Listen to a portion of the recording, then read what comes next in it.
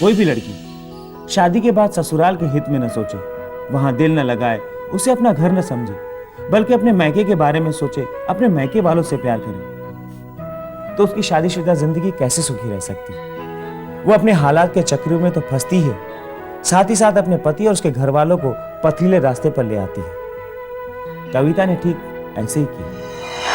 चाचा जी, चाचा जी। क्या हुआ? तू इतनी घबराई हुई क्यों है? क्या हुआ? चाचा जी, मुझे आपसे बहुत जरूरी बात करनी है, फिर मुझे अपनी सहेली के यहाँ जाना है। बैठ बैठ पहले, अब आराम से बोल, क्या हुआ? अगली पेशी में मैरिज काउंसलर ने आपको भी बुलाया है। मुझे? मुझे क्यों? आपने पुलिस में जाकर रिपोर्ट लिखाई थी ना, हाँ। उसे भी ले जाना है। लेकिन वो बेटा इतना पुराना कागज मैं कहाँ से ढूंढूं?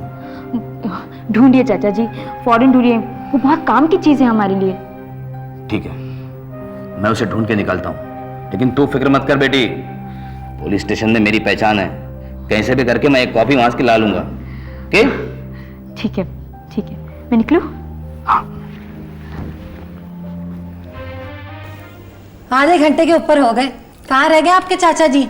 मैडम, मुंबई की ट्रैफिक जाम को तो आप जानती हैं, कहीं जाम में फंसे होंगे।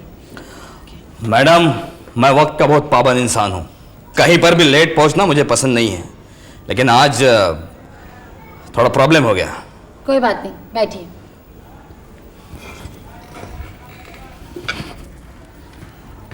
वो पुलिस कंप्लेंट की कॉपी लाए आप? ऐसे सबूत तो मैं जेब में लेकर घूमता हूँ, लीजिए।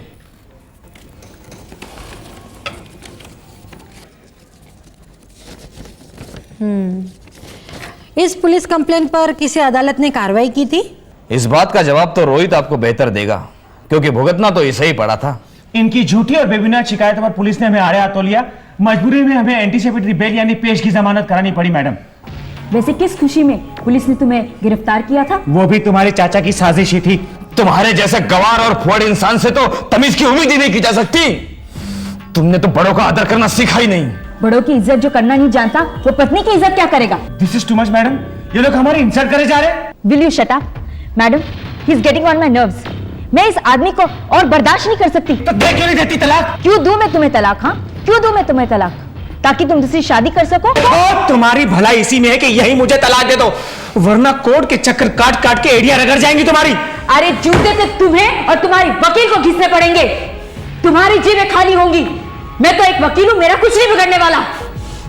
देखिए, चुप हो जाइए, बैठिए, आप भी बैठिए।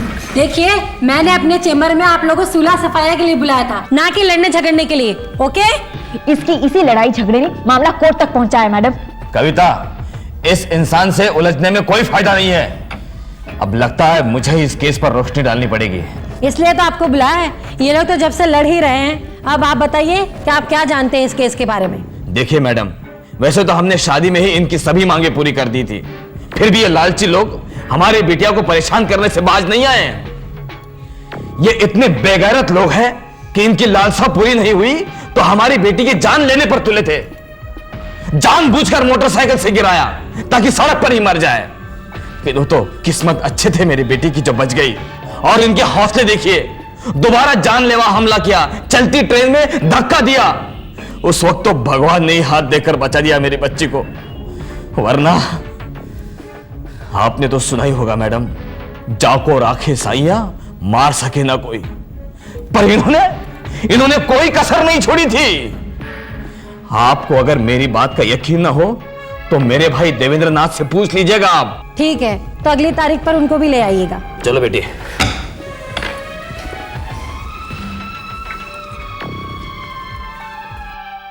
मैडम, हमें आए हुए यहाँ पूरा 1.5 घंटा हो गया, रोज का कहीं पता नहीं। मुझे तो लगता है कि योगेंद्र के लगाए हुए सच्चे इल्जामों की वजह से वो भौंकला गया है और वो यहाँ आना ही नहीं चाहता।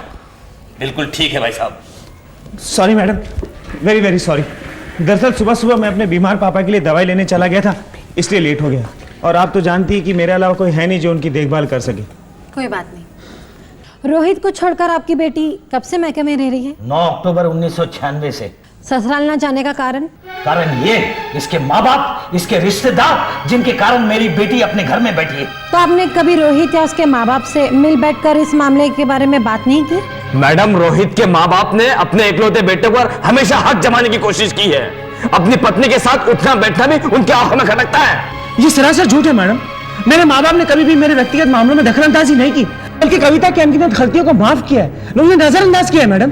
फिर क्यों तुमने अपने कैरियर पे लात मारकर हमारे सुझाव को ठुकराया था? आपकी नाजायज सलाह को इसलिए ठुकराया गया क्योंकि वो मेरे और मेरे परिवार के हित में नहीं था। क्यों नहीं था? बिना सोचे समझे जवाब देना तुम्हारी पुरानी आदत है, और वैसे भी ये मेरे स्वाभिमान के खिलाफ है। और वैसे भी किसी आज्ञाकारी बेटे को यह शोभा नहीं देता कि अपने बूढ़े बीमार माँ बाप को अकेला छोड़ दे। पति अगर अपनी पत्नी को ठुकराए तो क्या उसे ये शोभा देता है? ये सरासर खोखले इल्जाम है मैडम। सच बात तो यह कि उन्होंने अपनी बेटी को शय दी है, दिमाग खराब कर रखा उसका। वरना मेरा सुखी संसार कभी तबाह नहीं होता मैडम। चलो उठो बेटी, इस जैसे जाहिल और गवार आदमी के साथ तो बहस करना ही बेकार है। देखिए, आप लोग हद से बाहर जा रहे हैं, ये कानून के खिलाफ है। देखिए, आपसे कुछ नहीं होने वाला। जाने तो इस अदालत में तलाक के लिए ना को चने नहीं चबा दिया ना तो मेरा नाम भी योगेंद्र नाथ नहीं। चलो बेटी, चलो।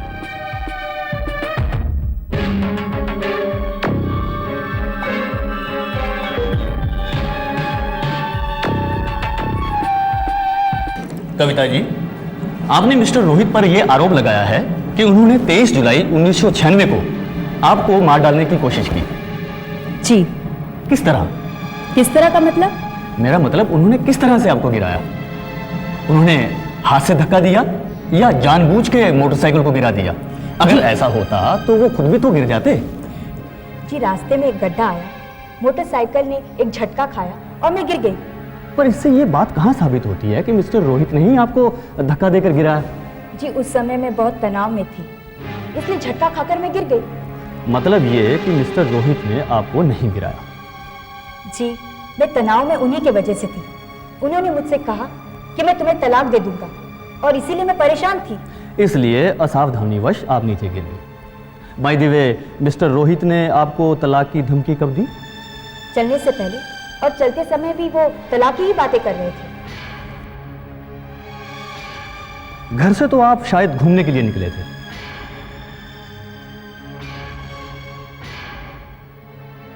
यह कैसे संभव है कि कोई पति पत्नी घूमने के लिए तलाक की बातें करते हुए निकले? खैर, आपने यह भी कहा कि मिस्टर रोहित ने आपको ट्रेन से धक्का देकर मारने की कोशिश की। जी हाँ। अदालत को बताएंगे कैसे? जी, उस रोज मैं मुंबई में माननीय जज साहब के पीए से मिलकर आ रही थी। मैं उनके पास ये प्रार्थना लेके गई थी कि वो मेरे केस को जल्दी निपटा दें।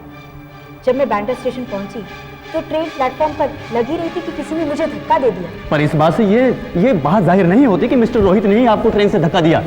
ट्रेन से गिरते वक्त मैंने देखा प्लेटफॉर्म पर रोहित और उसके बहनों भी खड़े थे। अरे, प्लेटफॉर्म पर मिस्टर रोहित, उसके बहनोई संजीव के खड़े रहने का मतलब ये नहीं है कि मिस्टर रोहित ने ही आपको ट्रेन से धक्का दिलवाया। किसी और के पास मुझे मार डालने की कोई और वजह भी तो नहीं थी। आपको मार डालने की कोई वजह मिस्टर रोहित के पास भी नहीं थी कविता जी। खैर, मुझे आपसे और कुछ नहीं पूछना है, अब आप जा सकती हैं। Thank you your honour. Court is adjourned for the day.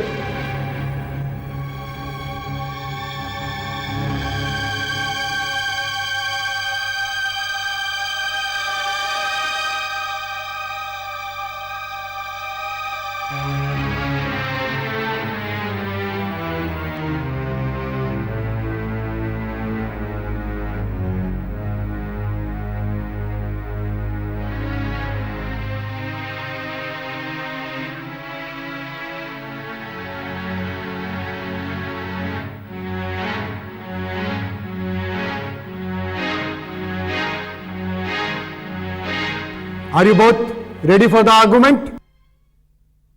Yes, sir. Then you may proceed further, Mrs. Kavita.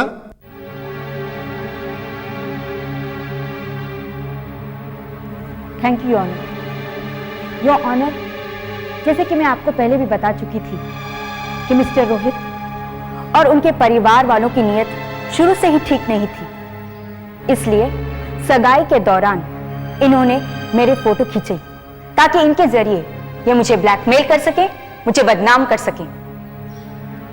शादी के पहले ही 100 तोले सोने की बात तो ये तय कर ही चुके थे, मगर मेरे पिताजी की मजबूरियों को ध्यान में रखते हुए मेरे अपने रिश्तेदारों के द्वारा 50 तोला सोना लेने के लिए मान गए, मगर लालच का कीड़ा इनके दिमाग से निकला नहीं और इसी बात पर मेरी सास तारा देवी, मेरी ननंद मधु मुझे हर वक्त ताना देती थी।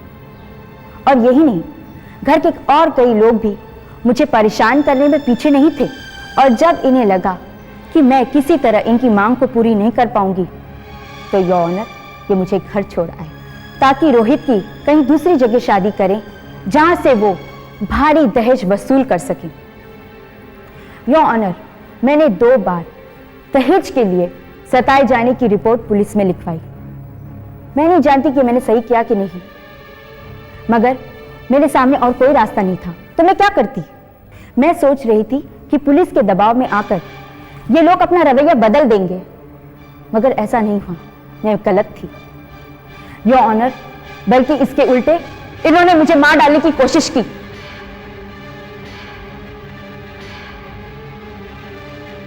योर ऑनर, मेरी अदालत से यही प्रार्थना है कि ऐसे खूंखार जानवर को तलाक देकर खुला न छोड़ा जाए। अगर ऐसा हुआ माय लॉर्ड, तो ये वहशी जानवर किसी और लड़की को चीर फाड़ करने के लिए तैयार हो जाएगा। मैं बस इतना ही कहना चाहती हूँ। Thank you honour. Now it's your turn, Mr. Mehta. Thank you your honour. Your honour, मानसिक यंत्रणा यानी क्रूरलिटी का ये एक बेमिसाल केस है। उस क्रूरलिटी का जो कि मेरे मुवक्किल मिस्टर रोहित कुमार को झेलनी पड़ी है मिसेस कविता के साथ शादी के बाद। योर ऑनर, मैं इस पूरे के पूरे केस को 3 भागों में बांटकर इस अदालत में पेश करना चाहूंगा। पहला फेज 4 जून 1996 को, जब मिस्टर रोहित और मिसेस कविता की शादी से लेकर 9 अक्टूबर 1996 तक का है, जबकि ये दोनों साथ साथ रहे हैं। और दूसरा फेज 9 अक्टूबर 1996 से 30 जुलाई 1997 तक का है, जबकि मेरे मुवक्किल मिस्टर रोहित ने तलाक के लिए अपील दायर की। और तीसरा फेज 30 जुलाई 1997 से अब तक का, यानी कि मार्च 1999 तक का है। जज साहब, इन तीनों फेज पर मैं अदालत के सामने विस्तार पूर्वक प्रकाश डालना चाहूंगा। 4 जून 1996 की रात, जब मिस्टर रोहित और मिसेस कविता की सुहागरात थी, अपनी ही शादी की पहली रात को मिसेस कविता ने मेरे मुवक्किल मिस्टर रोहित कुमार का यह कहकर अपमान कर दिया कि उनकी शक्ल और दिमाग दोनों भद्दे हैं, और मोटरसाइकिल के एक महज एक्सीडेंट को साजिश का रंग देने की कोशिश की। मगर जज साहब, झूठ के पांव नहीं होते। मिसेस कविता खुद ब खुद इस अदालत में अपने ही शब्दों के जाल में फंस गई हैं। एक मामूली एक्सीडेंट को इनके परिवार वालों ने अलग अलग जगहों पर बढ़ा चढ़ाकर पेश किया।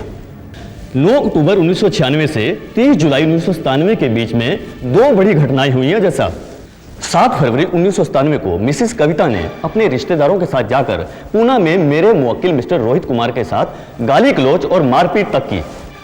और 17 फरवरी को उन्होंने बंबई के अंदर एक झूठी रिपोर्ट लिखवा डाली, जिसके तहत उन्हें बंबई बुलाया गया। ये तो उन्होंने अग्रिम जमानत ले ली थी, इसलिए उन्हें गिरफ्तार नहीं किया गया। तीसरे फेज में एक बड़ी घटना हुई, जब 2 अप्रैल 1998 को बांद्रा रेलवे स्टेशन पर मिसेस कविता एक लोकल ट्रेन से तब गिर पड़ी जबकि ट्रेन चलने वाली थी। जज साहब, ये भी महज एक दुर्घटना थी, लेकिन मिसेस कविता ने मेरे मुवक्किल को इसमें भी बेमतलब घसीटा और फंसाया। 26 अक्टूबर 1997 को एक बार फिर झूठी कंप्लेंट लिखाई जाती है, और उस झूठी कंप्लेंट के आधार पर मेरे मुवक्किल मिस्टर रोहित के परिवार के सभी पुरुष सदस्यों को 2 रातें हवालात में काटनी पड़ती हैं। अखबारों में खबर छपती है, झूठी बदनामी होती है, और उन्हें एक भारी मानसिक यंत्रणा के दौर से गुजरना पड़ता है। और ये सब कविता जी ये साबित करने के लिए कर रही थी कि ताकि अदालत को ये लगे कि उन्हें दहेज के लिए सताया जा रहा था। जज साहब, मगर सबूत कुछ और ही कह रहे हैं। ये सबूत वो खत हैं जो कि इस वक्त अदालत में मौजूद हैं। इन खतों के आधार पर किसी भी एक खत में इस बात का कोई संकेत नहीं मिलता है कि मिस्टर रोहित के परिवार वालों ने मिसेस कविता के परिवार वालों से किसी किस्म के और दहेज की मांग की है। अलबत्ता ये खत मिसेस कविता का असली चेहरा जरूर उजागर करते हैं। योर ऑनर, सबसे पहले मैं कविता देवी द्वारा लिखे 7 जुलाई 1996 के एक खत का जिक्र करना चाहूंगा, जो कि एग्जिबिट 51 के रूप में अदालत में पेश है। इस खत में उन्होंने रोहित को यह लिखा है कि आप अपने निर्णय खुद लीजिए। आपके निर्णयों में मुझे आपके घर वालों की दखलंदाजी बिल्कुल पसंद नहीं है। और 16 जुलाई 1996 के एक खत में, जो कि उनकी मां के द्वारा लिखा गया था, उसमें उन्होंने लिखा है कि रोहित जैसा अच्छा पति मिलने पर उन्होंने बधाई पेश की है। और उन्होंने ये लिखा है कि अगर उनका मन नहीं लगता तो वो साईं बाबा की किताबें पढ़ा करें या फिर एमएससी में दाखिला ले लें। वैसे भी बच्चे होने पर यह समस्या हल हो जाएगी।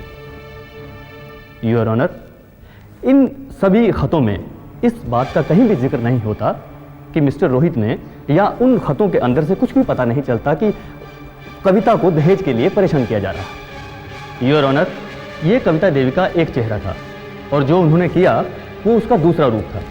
अपने पिता के घर पर रहते हुए भी उन्होंने कुछ ऐसे खत लिखे जिनको अगर पढ़ा जाए तो बहुत ही ताजुब होता है कि कोई भारतीय नारी इस तरह का खत लिख सकती है। जज साहब, मैं अदालत में एग्जिबिट 96 के रूप में पेश एक खत 14 फरवरी 1998 को लिखा हुआ, उसकी कुछ पंक्तियां पढ़ना चाहूंगा।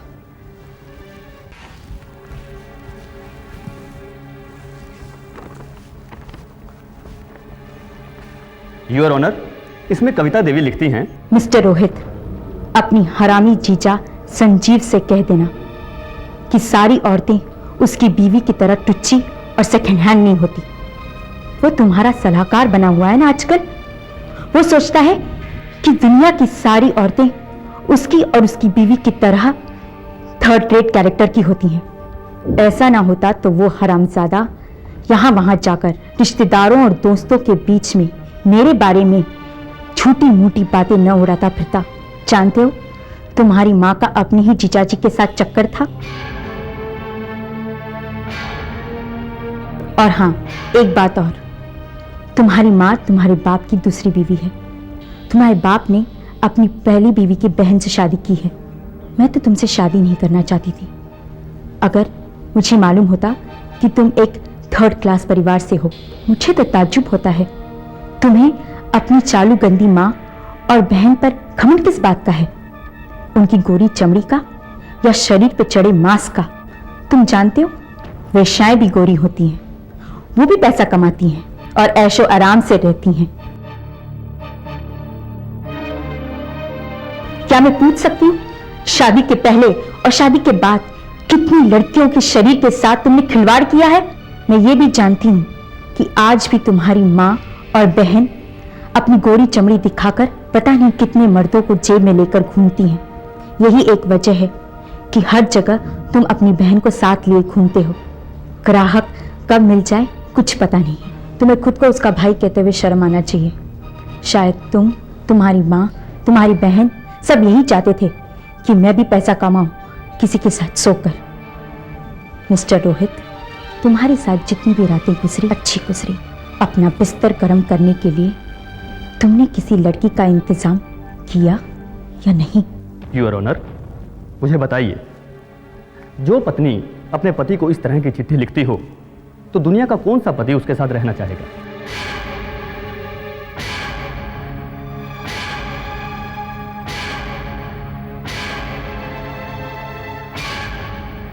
योर ऑनर, कविता देवी के जुल्मों की इंतहा देखिए।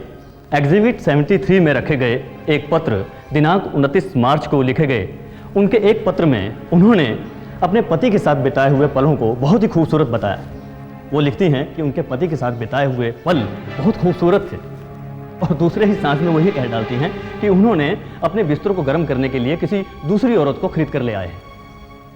योर ऑनर, इन सभी आरोपों, पत्रों और कविता देवी द्वारा की गई हरकतों के बाद मेरे मुवक्किल मिस्टर रोहित का उसके साथ रहना नामुमकिन है। इसलिए मेरे मुवक्किल रोहित की अपील पर गौर करते हुए मैं अदालत से यह दरख्वास्त करता हूं कि उन्हें कविता देवी से तलाक दिलाया जाए। Thank you your honour. Court is adjourned for the judgment.